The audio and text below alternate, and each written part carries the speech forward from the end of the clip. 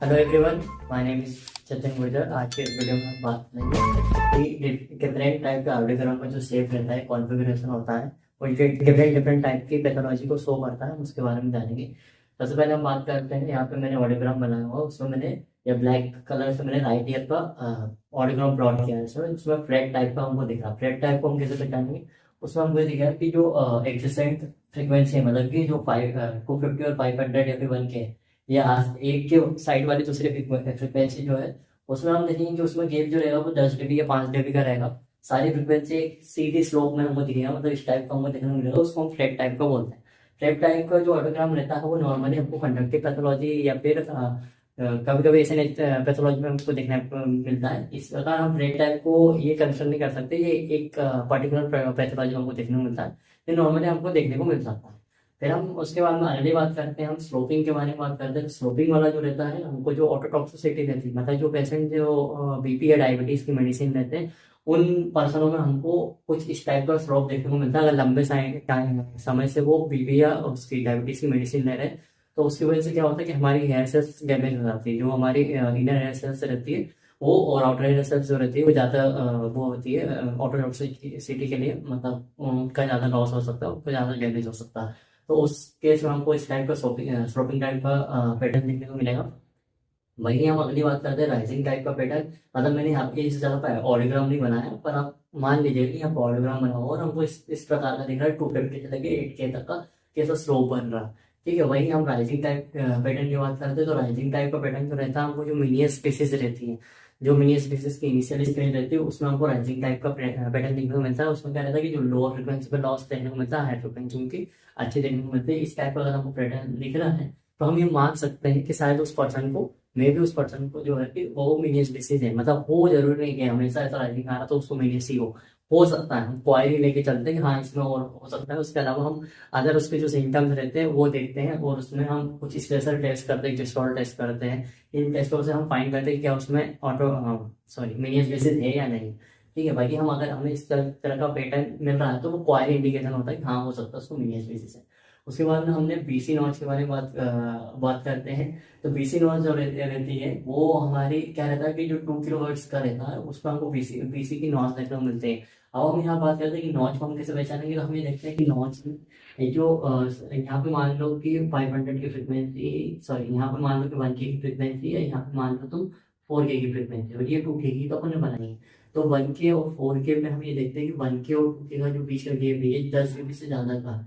मतलब कि इधर से हम ऑडियोग्राम से समझेंगे कि मान लो फॉर एग्जाम्पल कि ये 1K जो रहेगा ये 0 पे है, सॉरी ये 10 पे है, और 2K मान लो आपका 35 पे है। तो ये गेप जो देख लो आप, 10 या 15 से बड़ा होना चाहिए दोनों साइड में।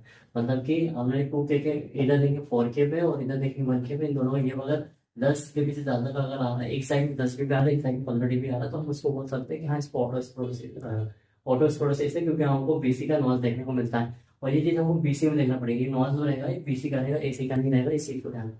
उसके अलावा हम ये देखते हैं ऑटो स्क्लेरोसिस में और चीजें हमको देखने को देख सकते हैं कि मान लो उसका पैटर्न की इस टाइप का, सॉरी उसका टेम्पेरोग्राम जो देखते हैं वो एज टाइप का हो। और उसके अलावा हम अगर ऑटोस्कोपिक एग्जामिनेशन करते हैं तो उसमें हमको शॉर्ट साइन अगर देखने को मिलता है, तो शॉर्ट साइन भी कहीं ना कहीं इंडिकेट करता है कि उस पर्सन को ऑटोस्क्लेरोसिस है उस पर्टिकुलर ईयर में जिसमें हमको 2K का नॉइज दिख रहा है। ठीक है, उसके बाद में हम यहाँ पे बात करते हैं कॉर्नर ऑडियोग्राम का। तो ये कॉर्नर ऑडियोग्राम जो रहता है, जो पर्सन जो जिन बच्चे जो रहते हैं या फिर जो पर्सन रहता है जिनमें हमको प्रोफाउंड हियरिंग लॉस देखने को मिलता है, वो जिनको मतलब बचपन से प्रोफाउंड हियरिंग लॉस है, जिनको कोई लगता है कि उनको सुनाई नहीं दे रहा, बिल्कुल भी सुनाई नहीं दे रहा, वो प्रोफाउंड हियरिंग लॉस है, तो उसमें हम रेसिडुअल हियरिंग देखने के लिए जब हम कोक्लियर इम्प्लांट करते हैं तो उसमें हम रेसिडुअल हियरिंग देखने के लिए हम देखते हैं, तो इस टाइप का कॉर्नर ऑडियोग्राम मिलता है। मतलब लो फ्रिक्वेंसी पे उसके रिस्पॉन्स रहते हैं, हायर फ्रिक्वेंसी पे उसके रिस्पॉन्स नहीं रहते। लो फ्रिक्वेंसी 250 से 1K के बीच में हमको रेस्पॉन्स देखने को मिलता है। मतलब ऐसा कुछ ऑडियोग्राम को मतलब ऐसा कॉर्नर बना हुआ रहेगा, हायर मतलब 90, 100 और 110 के ऐसा रहेगा। 250, 500 और 1K में इस तरह का हमको ऑडियोग्राम देखने को मिलता है, उसको हम कॉर्नर ऑडियोग्राम बोलते हैं। और ये रेसिडुअल हियरिंग बताता है पर्सन। उसके बाद में हम यहाँ बात करते हैं 4K नॉइज के बारे में। तो 4K नॉइज जो रहता है, ये जो होता है नॉइज एक्सपोजर की वजह से 4 kHz पे के जो एसी रहता है, यहाँ बीसी की बात की थी, यहाँ पे हम बात करते हैं एसी की। यहाँ पे 4 kHz पे एसी का नॉइज देखने को मिलता है। नॉइज वही 10 dB का या 15 dB से ज्यादा का ये आ रहा है, हम उसको नॉइस में कंसिडर करते हैं। ये हमको जो कोई पर्सन है जिसमें जो ऐसी जगह काम कर रहा है जहाँ पे ज़्यादा नॉइस एक्सपोजर हो रहा है, जैसे मान लो कोई इंडस्ट्रियल एरिया है या फिर यहाँ कहीं पे कंस्ट्रक्शन का काम कर रहा है, कंस्ट्रक्शन साइट चल रही है, तो उस जगह पर अगर कोई पर्सन काम करता है या उस जगह पर कोई पर्सन रहता है, या मान लो ट्रेन की आवाज़ है, उस ट्रेन के मतलब आसपास जो उसका घर हो, वहाँ पर उसको कंटिन्यूसली नॉइस आ, तो उसमें उन पर्सन में हमको फॉर्चूनर देखने को मिलता है, ये इनिशियल स्टेज में देखने को मिलता है। फिर वही हम बात करते हैं प्रेसिपिटेशियस स्लोपिंग के बारे में बात करते हैं। जो प्रेसिपिटेशियस स्लोपिंग होता है, एक सीधा स्लोप आ गया और एक ऐसा कि थोड़ा सा रुका फिर नीचे आए, मतलब 1K तक का रहेगा, 1K के बाद में फिर एकदम से 4K 2K 4K और 8K पे फिर एकदम से स्लोप हमको देखने को मिलता है। इस तरह का लॉस हमको जो रहता है मेनली ये वाला लॉस, ये वाला लॉस और ये वाला लॉस, उसमें से भी हम स्पेसिफिक करेंगे। तो 4K वाला लॉस और ये प्रेसिपिटेशन वाला लॉस जो रहता है हमको ये नॉइस एक्सपोजर के केस में देखने को मिलता है। इस तरह का पैटर्न में मैक्सिमम जो रहता है कि जो टेली कम्युनिकेशन कंपनियों में काम करते हैं, टेली कम्युनिकेशन में जो जिनका ज़्यादा वर्क रहता है, या फ्रीक्वेंसी साउंड जो नेवी में यूज़ करते हैं, उसमें जो पर्सन इन फ्रीक्वेंसी से एक्सपोजर होते हैं, उन पर्सनों में हमको इस तरह का लॉस देखने को मिलता है, प्रेसिपिटेशन स्लोपिंग पैटर्न देखने को मिलता है। उसके अलावा एक और प्रकार का होता है जिसको हम कुकी बाइट बोलते हैं। उसमें क्या रहता है कि जो ऑडियोग्राम रहता है, मान लो फॉर एग्जाम्पल ऑडियोग्राम, तो उसमें उसकी लोअर फ्रिक्वेंसी अच्छी रहती है और हाई फ्रिक्वेंसी अच्छी रहती है। बीच की जो मिड फ्रिक्वेंसी रहती है, इसमें उनको क्या रहता है, सुनाई देने में कमी आने लगती है। कुछ इस तरह का पैटर्न मिलता है। मतलब फॉर एग्जाम्पल मैंने यहाँ पर बनाया हूँ एक रैंडम आपको समझाने के लिए कि इस तरह का हमको अगर देखने को मिल रहा है कि उसका लोअर फ्रिक्वेंसी पर अच्छा रिस्पॉन्स है और हाई फ्रिक्वेंसी पर अच्छा रिस्पॉन्स है, पर जो मिड फ्रिक्वेंसी उसमें हमको लॉस देखने को मिलता है। इस तरह का हमको कोई पैटर्न देखने को मिलता है, तो ये नॉर्मली जो रहता है, जो सिंड्रोमिक बच्चे होते हैं जिनपे स्पेसिफिक टाइप के सिंड्रोम होते हैं, उन बच्चों में हमको इस तरह का पैटर्न देखने को मिलता है। इसके बारे में एक होता है ट्रफ टाइप का, या फिर जिसको हम बोलते हैं सॉसर टाइप का।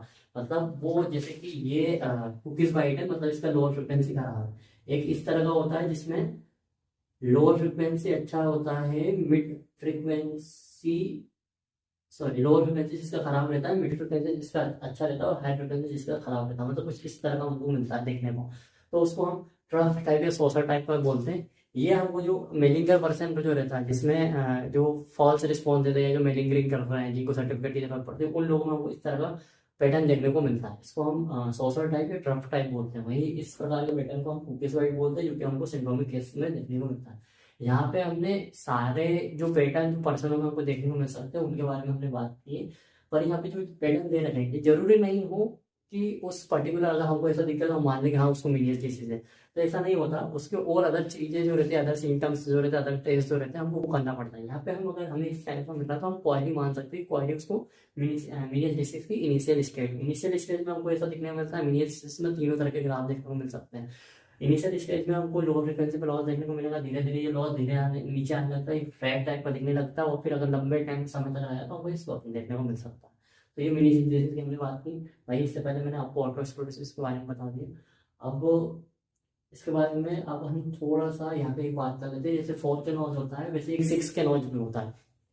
ठीक है, जो 6 का नॉइज होता है हम उसको म्यूजिकल नॉइज बोलते हैं। जो ज़्यादा म्यूजिक सुनते हैं उनको हमको 6 किलोहर्ट्ज की फ्रिक्वेंसी पे इस तरह का नॉइज देखने को मिलता है। जैसे यहाँ 4 किलोहर्ट्ज पे हमको नॉइज देखने को मिला, तो जो ज़्यादा म्यूजिक सुनते हैं, जो म्यूजिकल हियरिंग लॉस जिनको होता है, उनको हमको 6 के लॉस देखने को मिल सकता है। ठीक है, ओके गाइस, थैंक यू।